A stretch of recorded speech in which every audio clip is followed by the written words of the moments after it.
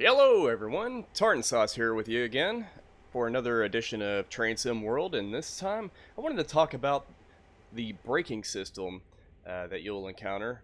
And you have two different systems. One is for the automatic brake and the other is an independent brake. And what you get is with the independent brake, you're actually engaging the brakes on the engine itself, on the locomotive. Now the automatic brake, that will apply a braking force along the length of the entire train, and that is including the locomotive. And so what happens is, I'll show you. I'm gonna go to the brake boot here on the locomotive, and I'm gonna go ahead and release the automatic brake. And you can even bail that off if you want. So what happens is, if I apply automatic brake, let's go to service. You see how it applies the brakes to the locomotive. We're still looking at the engine. Now if you bail it off, it will release the brakes on the locomotive, but it will keep the brakes engaged. Well, it should have kept them engaged. I don't think I had the service applied enough here. But I will go back in and show that again here. Bailing off the brakes. Locomotive's brakes are disengaged, and the train brakes are still engaged.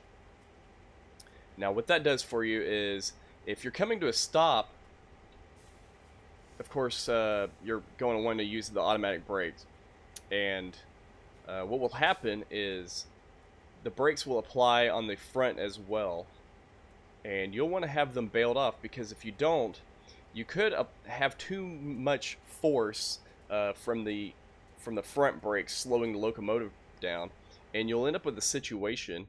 I'll just go back to that view. You'll end up with a situation where I want you to watch this coupler here.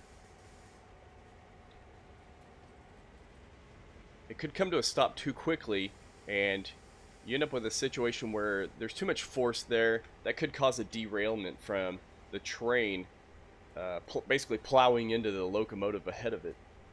So what you want to do is apply an automatic brake and then bail off the independent brake. Now if you're coming to a stop on a hill, what you'd want to do is, if you're going uphill, apply automatic brake. You're not going to go to idle yet though. As you're coming to a stop, you'll keep the engine with the throttle setting forward at least one or two, probably just one, until you apply your independent brake. Then you can actually go to idle. Now once you're leaving that state of stop, you can reduce your automatic brake, or release it I should say, and begin to throttle up. As power comes to come on, then you can release that independent brake. And what that does is keeps a constant state of tension on this coupler, so you don't have any kind of situation where the locomotive is pulling from a slacked state to all of a sudden very tight. In the real world, this could be damaging to that coupler. And if you're looking for an authentic experience, that's how you would handle that situation. And that is why you would use the independent brakes when you would use them versus the automatic brakes.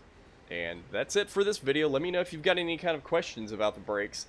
This is just a simple overview of the difference between the automatic and the independent brakes. Take care.